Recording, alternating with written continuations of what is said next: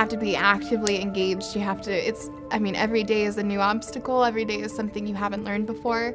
We draw people's blood every day, and we process specimens anywhere from stool samples to nasal swabs. It's always a new challenge, which I find exciting. We have actually a saying in phlebotomy, which is, if it's wet and it's not yours, don't touch it. And so there's a lot of ick factors in our job. That some of those reactions could be this patient is going to lose continence. They may lose their bowel and bladder control. The first ick moment for me in my job was a young man that was having his blood drawn, and he was going into a reaction. So I bent down to try and get him to stay with me, and as I was bending down trying to talk to him, he decided to throw up, and he threw up all over my face. They may pass out. They may go into seizure activity. That scares them to death. When you have an infant or a very young child coming in to have their blood drawn, it is very stressful. I've seen instances where a patient wasn't breathing, they weren't responding in any way, so they started doing CPR immediately. And while they're doing CPR, you have to get their blood. The doctors want labs on them right then. When I'm able to overcome that kind of moment where it's really pressured and we have a real stressful stick or a very, very hard stick, it makes you feel really good about what you do. You can't say you like poking people with needles every day, but I love helping people, ultimately helping them get better.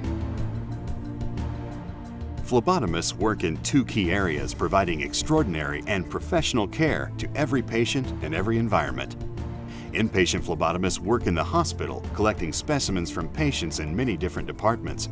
Outpatient phlebotomists remain in one laboratory location, and patients come to them for specimen collection. The hardest part of my job is trying to figure out what the doctor wants when he gives us a requisition.